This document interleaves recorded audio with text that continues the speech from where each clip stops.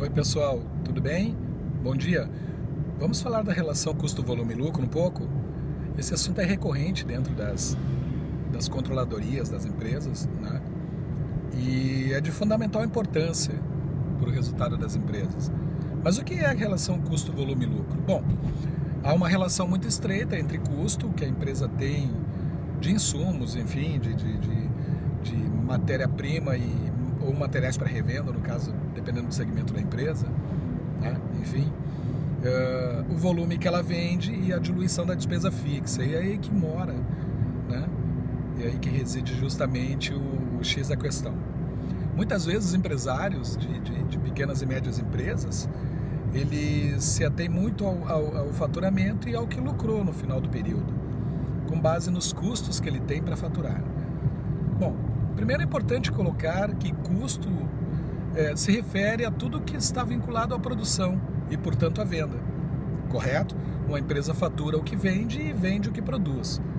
E para produzir ela tem custos de insumos, matéria-prima, enfim, né, custos primários, os custos dos impostos, enfim, comissões sobre vendas quando a empresa oferece, esses percentuais que incidem sobre o volume de vendas, certo?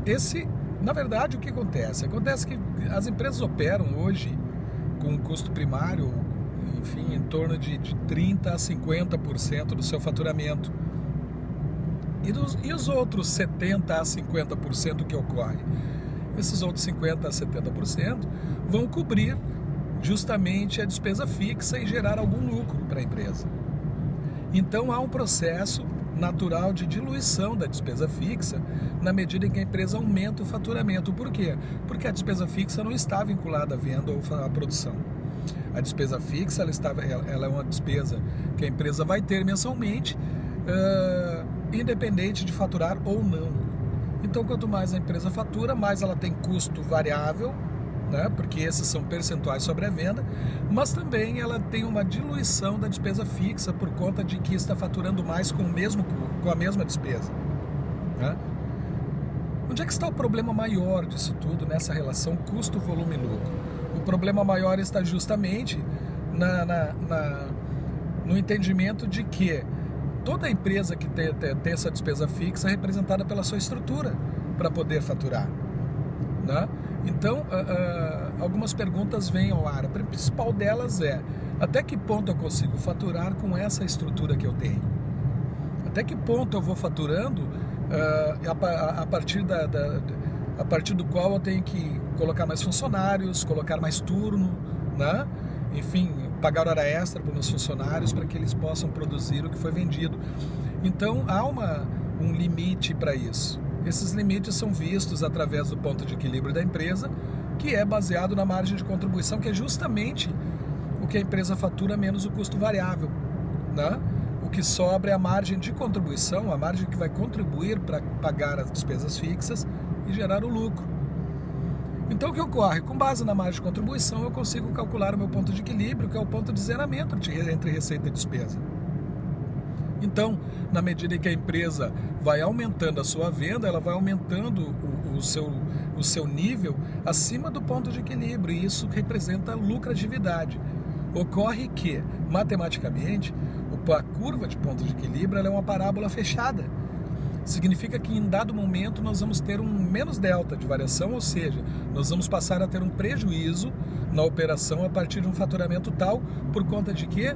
Por conta de que a diluição da despesa fixa extrapolou o ponto máximo dela, e a partir daí, para que eu possa faturar mais, eu tenho que aumentar a minha estrutura fixa, estrutura de despesas.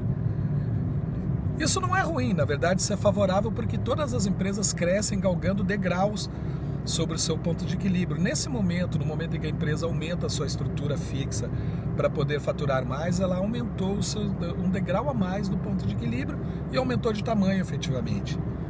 Se nós pegarmos qualquer empresa de grande porte, estabelecida já há muitos anos no mercado, nós conseguimos, através de um estudo, definir quando ocorreram essas alterações de degraus para que a empresa chegasse a atingir o patamar que ela atingiu, dentro do prazo de maturação dela. certo? Então a relação custo-volume-lucro nada mais é do que o custo que a empresa está tendo com relação ao volume de vendas e o lucro que está tendo em função desse volume de vendas diluir a despesa fixa, né?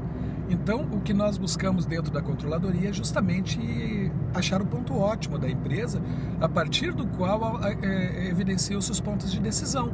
Ou nós aumentamos de tamanho, né? Não é verdade?